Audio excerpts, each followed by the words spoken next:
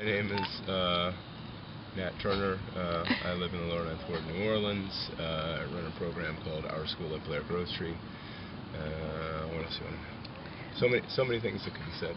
One of our teachers at the Beacon High School, which is where the organization started, Nat Turner, thought that the problems in the Lower Ninth Ward weren't being addressed by the organizations we were working with, and he moved down here and founded Our School at Blair Grocery to create a high school in the Lower Ninth Ward that would teach young people the skills they needed to organize and empower their community through environmental justice work, such as urban farming and social justice-oriented education. And since then, NY2NO has been Our School at Blair Grocery's biggest supporter in both fundraising for the organization and bringing a continual flow of youth volunteers down to New Orleans to renovate the school, work on the urban farm, do outreach for the school's projects, and work alongside students in the struggle for sustainable community empowerment. Ayana, do you want to talk about the bus that's behind you? What is this thing? So this is the NY2NO, or New York to New Orleans bus. When did we get the bus? The bus was purchased in mid-2008. Yeah, okay. So it was purchased in mid-2008. This is our mode of transportation, and everybody around the neighborhood knows the bus. This is how we do our levee tours. That explains basically everything that goes on here and how it's all connected and how this place is connected to all the issues that... A lot of college students feel like they're studying sociology or studying whatever race in America or class or socioeconomic blah blah blah or gender, and they sit in a classroom talking about it. I'm like, yeah, where's the connection between all these books and all this theory and the real world? And I think, hands down, everybody who's been involved from that perspective and has spent time with the young people here and has been part of the project see just the clear relationship. I think the first time I came down here, something that totally struck me and probably set the way for me coming here every single time past that was the giant gaping hole in the Ninth Ward levee. And then absorbing that and taking the time out to think about what a giant gaping hole in the levee, the thing that's trying to prevent water from entering the city, and then going to the Ninth Ward, or to the French Quarter, where they have a wall 8 times the size, plus another wall, plus a whole system designed to catch water. It's just the contrast between levees, basically.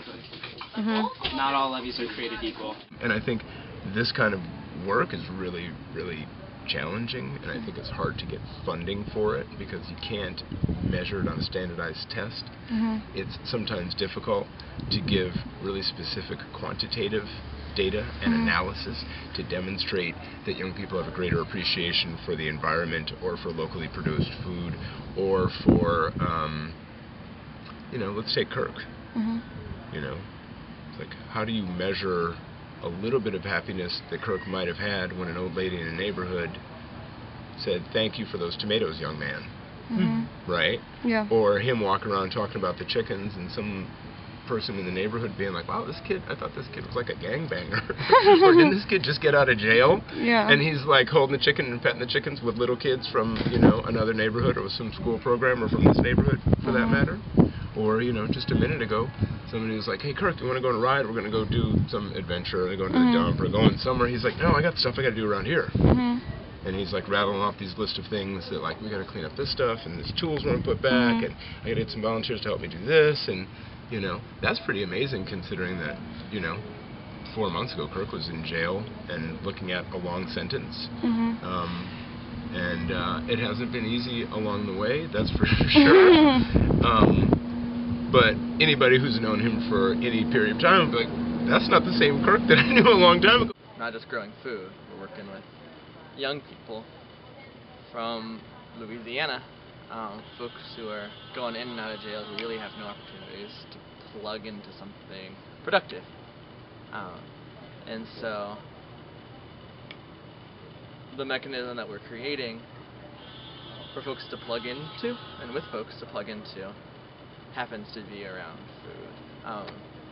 And it's super important that it's around food, too, because we're in Louisiana right now and dealing with, we're in the Lower Ninth Ward of New Orleans that was flooded, in large part due to the depletion of the wetlands from oil expansion and oil exploration in the Gulf it requires, or at least the way that we do it, or in general, requires dredging pretty big canals into the wetlands in order to lay pipelines and then to move ships back and forth. Those canals connect salt water to fresh water. And one of the effects that salt has on the wetlands and in the ecosystem there is cypress trees, for one, is a really good example. They hold soil. They're really good. They deal well with water, and then they have really strong roots, and they hold the soil in. But the salt creates an effect where they just drop the soil, right? And there's this erosion factor, and the canals widen, and then more salt water comes in, and it keeps happening. And so that's just to give you a picture of what happens to the wetlands because of oil exploration. But the relationship between oil and food is pretty deep. So Dan was talking about the unsustainability of the conventional, the modern, the industrial food system. And one of the things that's so terribly unsustainable about it is that it requires massive industrial inputs that require oil to be made. So chemical nitrogen fertilizer to fertilize the land. Chemical. About your trucks going thousands and thousands of miles to deliver your food to packaging stores, grocery stores, your house, whatever. So it's like fertilizer, pesticide, massive amounts of that, and then transportation. So what I've seen quoted, different statistics between a fourth and a third of our oil consumption in the United States of America goes to our food system, and so that's the manufacturing and then the transportation of those chemical fertilizers.